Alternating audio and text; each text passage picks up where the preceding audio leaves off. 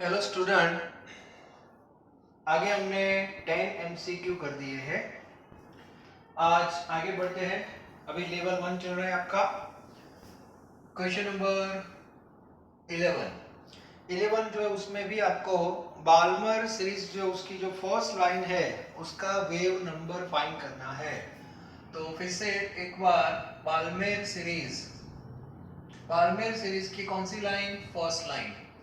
तो first line कौन सी होगी? अब क्लियर होना चाहिए।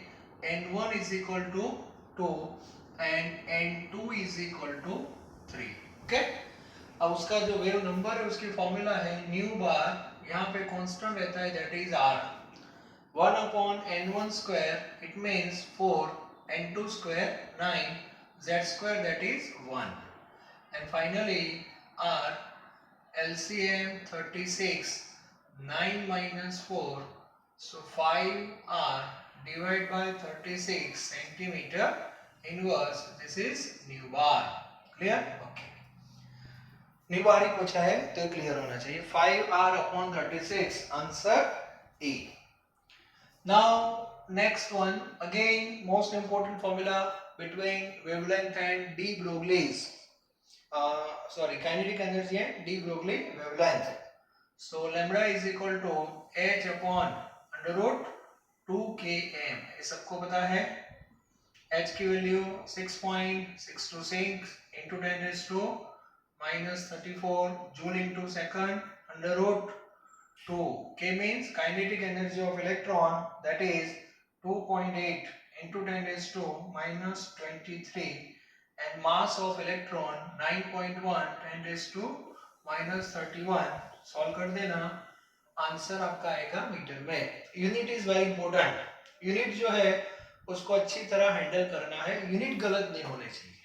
Okay, next one, de Broglie formula आपको अप्लाई करनी है और कंपैरिजन है for two particle x and y। Now wavelength of x that is given. So first of all we have two particle x and y. Wavelength of x is given. It means lambda x is given, that is 1 angstrom. Okay. Now some information is given. Mass of y that is 25% of x. मतलब x का मास suppose हम 100 लेते हैं, 100 assume कर लिया मैंने। Okay, तो y का मास जो होगा वो इसका 25% है। 25% मतलब 25, सिंपल।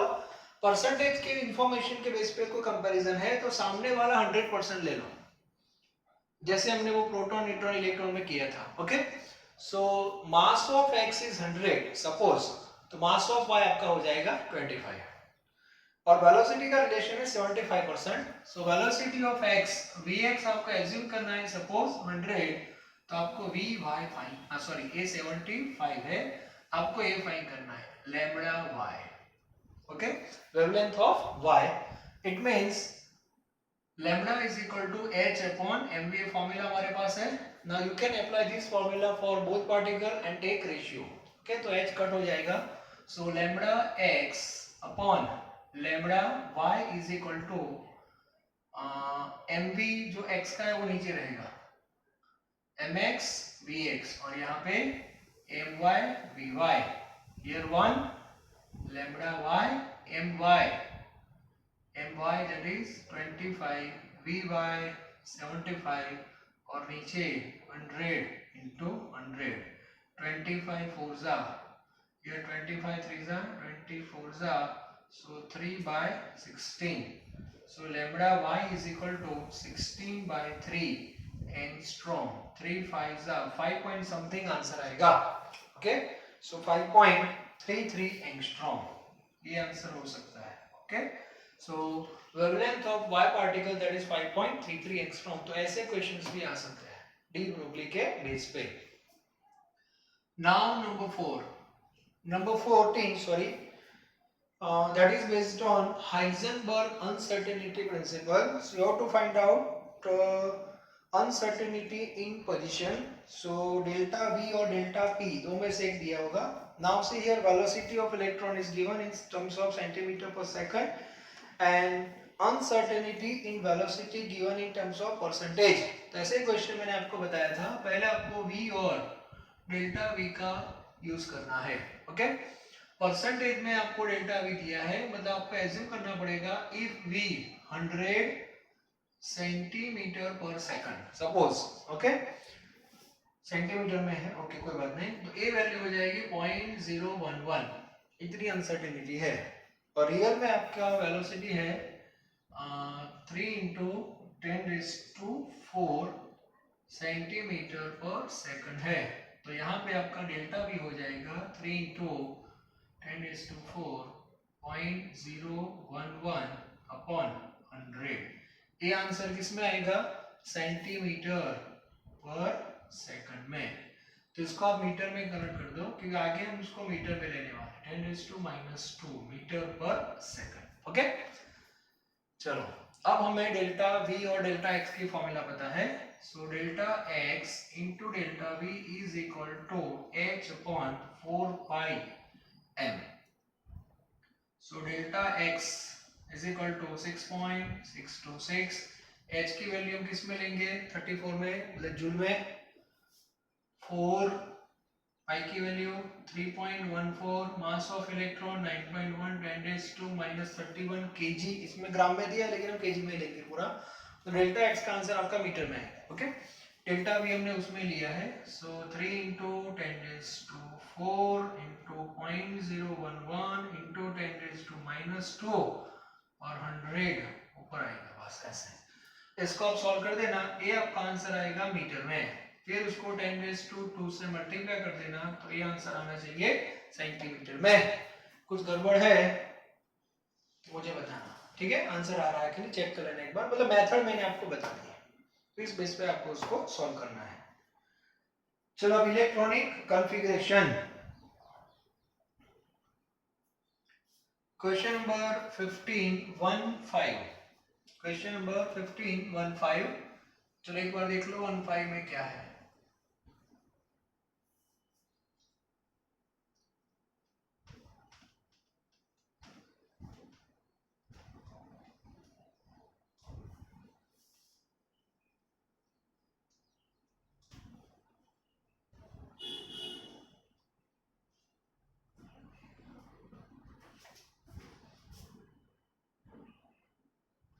Question number 15, chromium.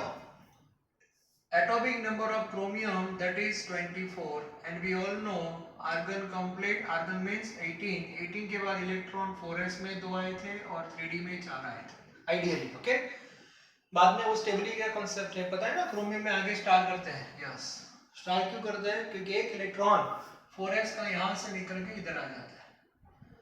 तो ये क्रोमियम का इलेक्ट्रॉनिक कॉन्फ़िगरेशन है। क्लियर? ओके, अब हमें इसमें से 2 इलेक्ट्रॉन निकालने हैं। Okay, so chromium convert into Cr2+। Now question is 2 electron कहां से निकलेंगे? तो ज्यादातर स्टूडेंट क्या सोचते हैं, जहां लास्ट में आए थे वहां से निकलेंगे, मतलब डी में से। ऐसा नहीं है।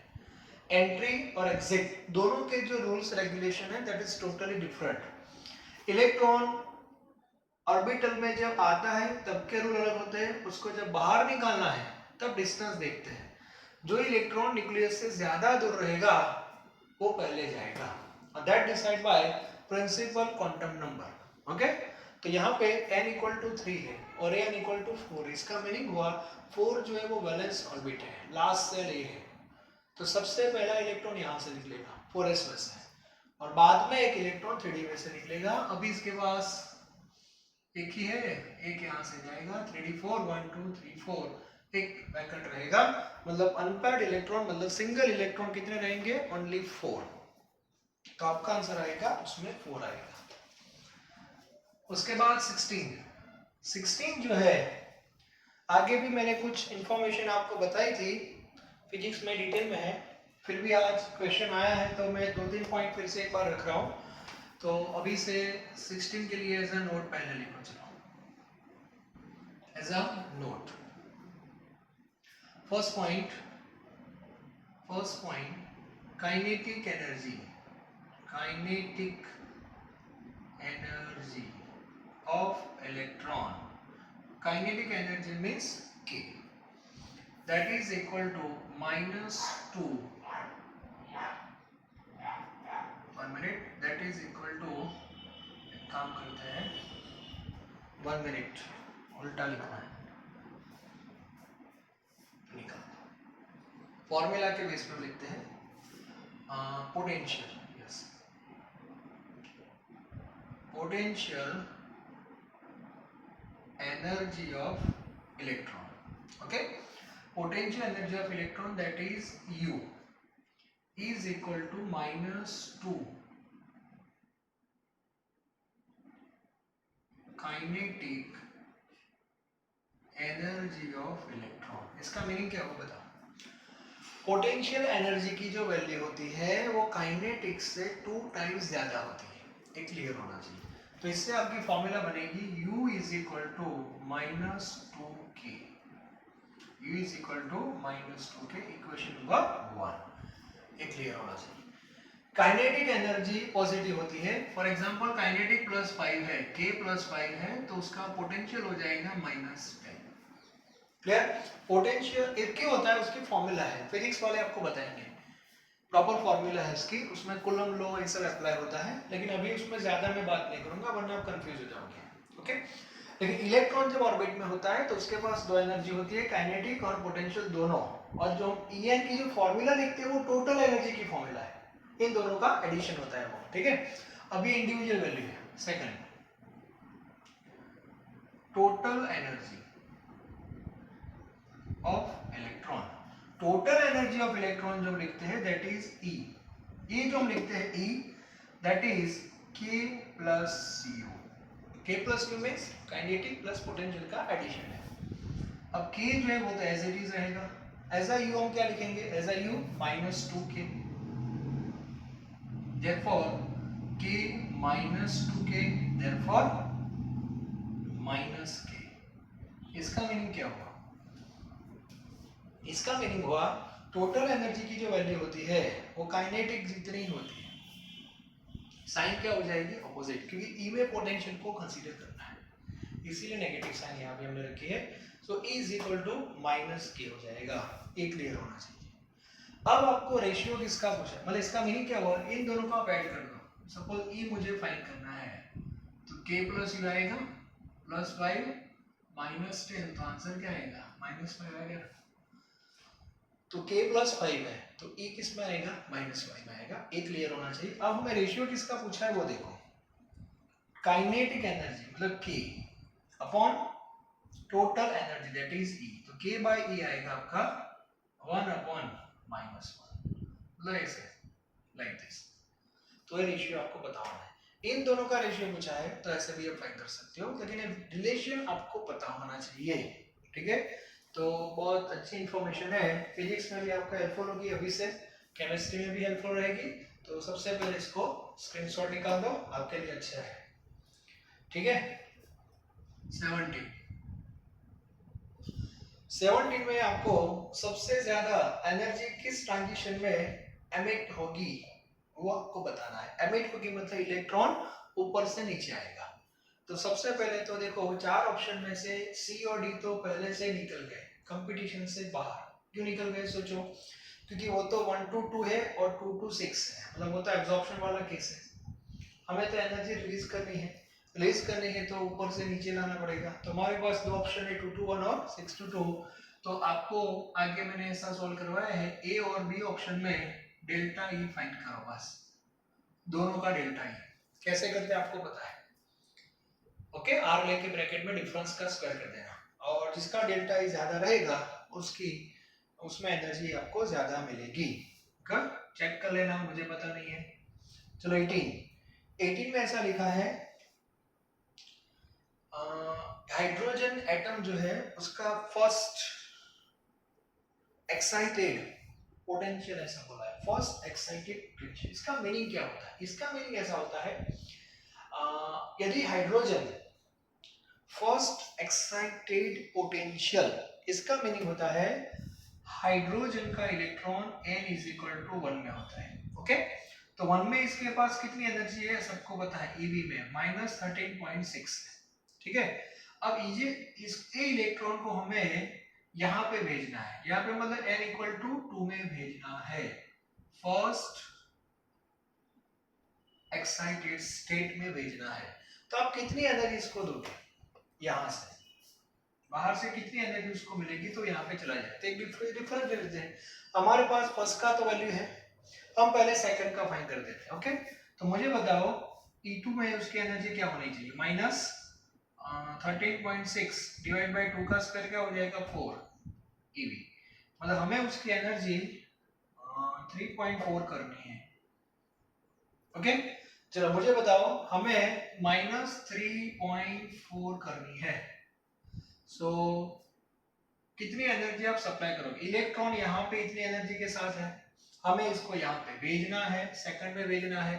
तो सेकंड में भेजने के लिए आप कितनी दोगे, तो सिंपल माइनस 13.6 उसके पास है प्लस x हमें देनी है, और होनी कितनी चाहिए, माइनस 3.4।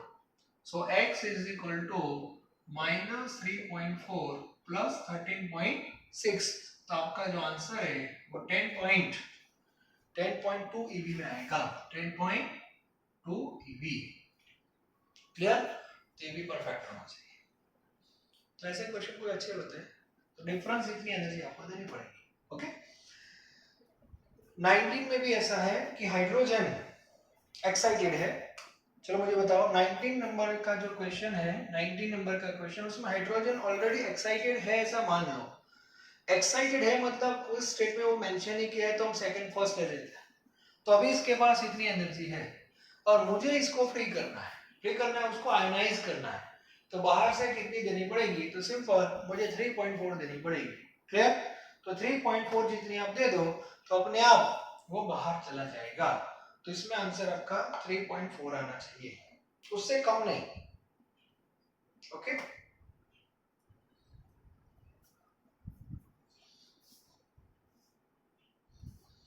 और लास्ट जो क्वेश्चन है दैट इज 20 में रेडियस दी है आपको, ग्राउंड स्टेट की रेडियस दी है, बाद में इलेक्ट्रॉन फर्स्ट में से सेकंड में जा रहा है, तो सेकंड की रेडियस आपको दे दी है, तो उसका प्रिंसिपल क्वांटम नंबर ढूंढना है। मतलब सिंपल रेडियस की फॉर्मूला, फर्स्ट जो फॉर्मूला दी है उसका कोई मीनिंग नहीं है, लेकिन जो हमारी रेडियस की फॉर्मूला आप लिख दो। ओके, तो रेडियस की फॉर्मूला क्या है, En इज इक्वल टू, सबको सॉरी Rn, En नहीं Rn इज इक्वल टू, क्या फॉर्मूला है रेडियस की, Rn is equal to 0.529 n square by z, और ये फॉर्मूला एंगस्ट्रॉम में है। ओके, आफ्टर कोलिजन रेडियस जो हुई वो 21.2 into 10⁻⁻11, ये वैल्यू आपको मीटर में दी है, ये फॉर्मूला मीटर में कन्वर्ट करनी पड़ेगी, कोई बात नहीं। सो 0.529 n स्क्वायर इंटू 10⁻⁻10, ये किस में हो जाएगा, मीटर में। z तो 1 है, और इसको आप सॉल्व करोगे तो n square is equal to 4 आएगा, और फिर इसका क्या ले लो, square root. So n is equal to 2, मतलब वो इलेक्ट्रॉन कॉलिजन के बाद सेकंड ऑर्बिट में जाएगा, या तो सेकंड सेल में जाएगा। ठीक है, तो आज इतने एमसीक्यू रखते हैं, लेवल 1 टाइप के एमसीक्यू अभी मैंने करवाए हैं। अभी भी नेक्स्ट लेक्चर में थोड़े हाई लेवल के एमसीक्यू भी हम सॉल्व करेंगे। ओके, एक लेवल होता है, लेवल बेस पे हम आगे बढ़ते हैं, जैसे फर्स्ट चैप्टर में गए थे वैसे ही। ओके, तो अभी भी जीनीट के 2 लेक्चर चैप्टर 2 के आपको मिलेंगे, उसमें थोड़ा लेवल हाई होगा। ओके, वैसे भी एग्जाम के बेस पे बहुत सारे एमसीक्यू आपको मिल रहे हैं, आपके पास में रेफरेंस बुक भी होगी, उसमें से भी आप सॉल्व कर सकते हो। अब पूरा चैप्टर का जो कॉन्सेप्ट है वो आपका क्लियर हो गया है ऑलमोस्ट, अब आप एमसीक्यू सॉल्व कर सकते हो, फिर मैं आपको हेल्प कर रहा हूँ बस, चलो इसमें ऐसा करना, यदि ऐसा कोई आपको मिल जाए तो पता हाँ सर ने ऐसा कुछ बोला था, इसीलिए सब करवाना पड़ता है। ओके, सो नेक्स्ट लेक्चर में थोड़ा हाई लेवल के बेस पे बात करेंगे। Thank you very very much.